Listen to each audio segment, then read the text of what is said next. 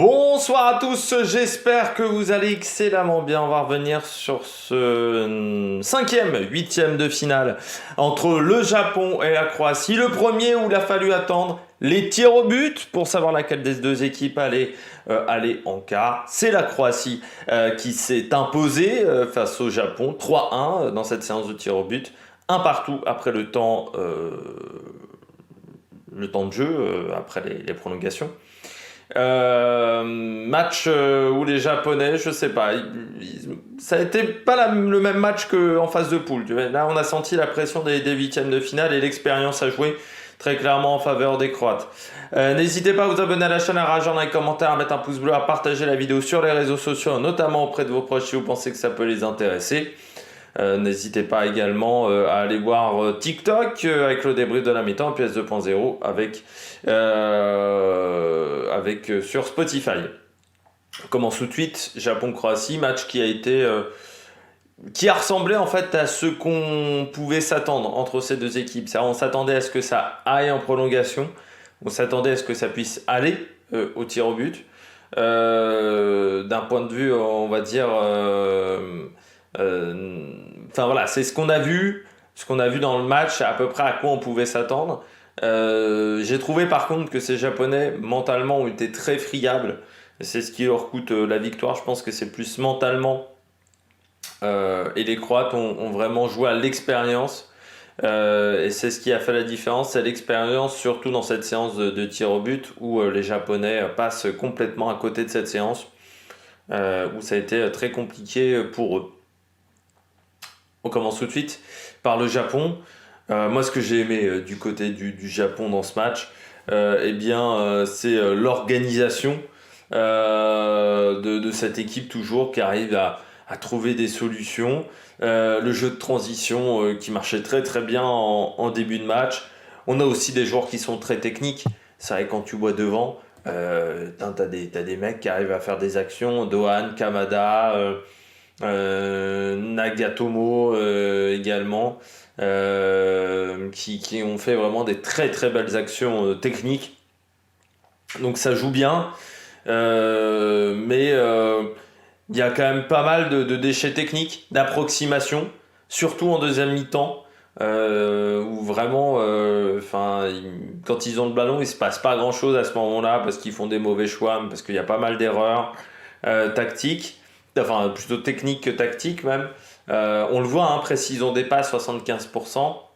Pas suffisant à ce niveau-là de compétition. L'organisation défensive.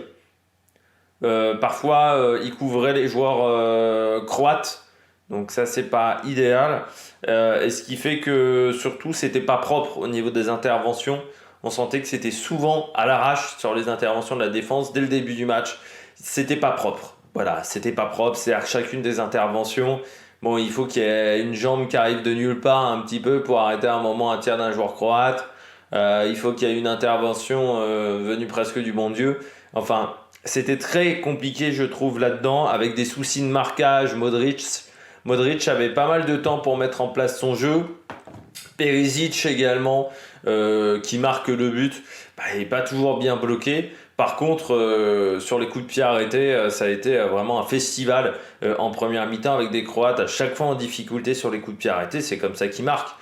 Presque sur une situation de corner où le ballon revient ensuite et ils n'arrivent pas à s'en sortir, les Croates.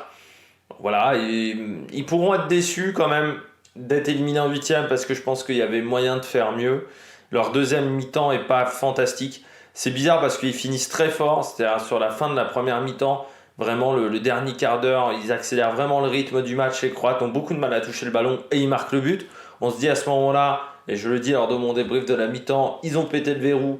Ça va peut-être les aider vraiment en deuxième mi-temps avec des Croates qui vont laisser des trous et qui peuvent jouer en contre. Sauf que je trouve ils attaquent la deuxième mi-temps pas du tout avec les bonnes intentions. Au lieu de se dire on va marquer un deuxième but très rapidement, je trouve qu'ils entament la deuxième mi-temps trop défensif. Et ensuite ils sont égalisés assez vite parce que c'est pas c'est pas le système de jeu qu'ils affectionnent de jouer autant défensif. Et ensuite après dans la construction c'était assez pauvre en deuxième mi-temps. Lors des prolongations, bon, d'un côté comme de l'autre, c'était pas top. On avait tellement peur de se prendre un but qu'on a presque attendu les tirs au but. Et sur la séance de tirs au but, ils se sont plantés les Japonais, mais vraiment complètement. Et ça, je pense que c'est mental. Pourquoi c'est mental? Parce que contrairement aux Croates, les Croates, la plupart des joueurs croates ont déjà connu une finale de Coupe du Monde. C'est-à-dire qu'ils ont connu également pas mal de séances de tir au but en Coupe du Monde il y a 4 ans. Ils avaient joué notamment face au Danemark, mais ils avaient enchaîné les séances de tir au but contrairement à l'équipe de France. C'est-à-dire que mentalement, on a déjà fait, on a déjà pratiqué, on sait faire. On a aussi l'avantage du côté des Croates, c'est qu'on a déjà été en finale de Coupe du Monde. C'est-à-dire que là, s'ils arrivent à retourner, là ils sont en quart, c'est du plus, c'est du bonus. Bon voilà, pour eux, il y a moins la pression. Du côté des Japonais, l'objectif c'était les quarts de finale. Donc ils se sont mis une pression de dingue, je pense, sur cette séance de tir au but. Et comme, même s'ils ont pratiqué à l'entraînement, c'est pas dans les conditions de Coupe du Monde. Ils sont pas autant habitués que les Croates à jouer ce genre de situation en Coupe du Monde. Et ça a joué face à des Croates qui ne lâchent rien. Et je pense que les Japonais, bah ouais, ils ont eu du mal. Et puis ce qui est bizarre du côté des Japonais, c'est contrairement aux autres matchs où ils faisaient des deuxièmes mi-temps de qualité et parfois c'était un peu compliqué en première mi-temps, là ils ont fait une grosse entame de match. Puis ensuite, dans le deuxième quart d'heure de la première mi-temps, il y a un petit coup de mou pour refinir fort. Et en deuxième mi-temps, on les a beaucoup moins vus. Et ils ont pas mal poussé dans les 5 dernières mi-temps, dans les 5 dernières minutes, pardon, de la dernière mi-temps des prolongations, mais ça n'a pas suffi. Du côté des Croates, moi ce que j'ai aimé, c'est le milieu de terrain, c'est les récupérations au milieu de terrain. Ils ont fait très mal aux Japonais au milieu de terrain. Surtout en première mi-temps, ils récupèrent énormément de ballons. Le milieu de terrain à la Croate a fait son meilleur match. Brozovic, Kovacic, Modric, là ça a enfin fonctionné. Et c'est vrai qu'ils récupèrent énormément de ballons par rapport au milieu de terrain japonais. On les a sentis aussi dans le jeu de tête, très fort dans le jeu de tête. Alors ils ont profité bien entendu du fait d'avoir des physiques un peu plus imposants que les joueurs japonais, mais tous les centres ont mis cette équipe japonaise en grande difficulté. C'est pour ça qu'elle a eu, enfin sur tous les centres, cette défense japonaise avait beaucoup de mal à dégager de manière propre et ils ont tenté d'en profiter. Moi j'ai trouvé par contre dans les soucis, et cette équipe devra faire mieux, notamment face au Brésil.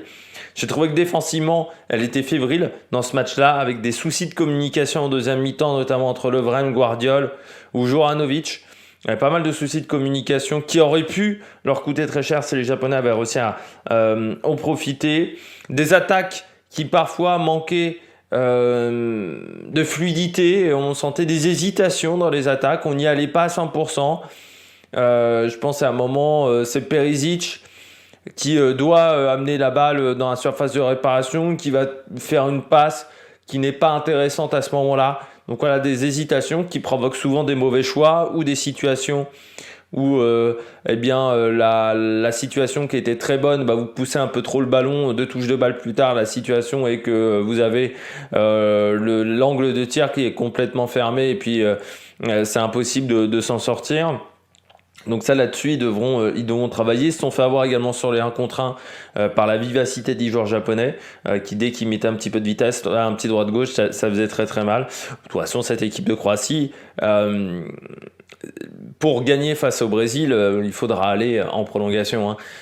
Si ils n'arrivent pas à aller en prolongation, je pense que ça sera compliqué. Il faudra semer le doute dans la tête des Brésiliens.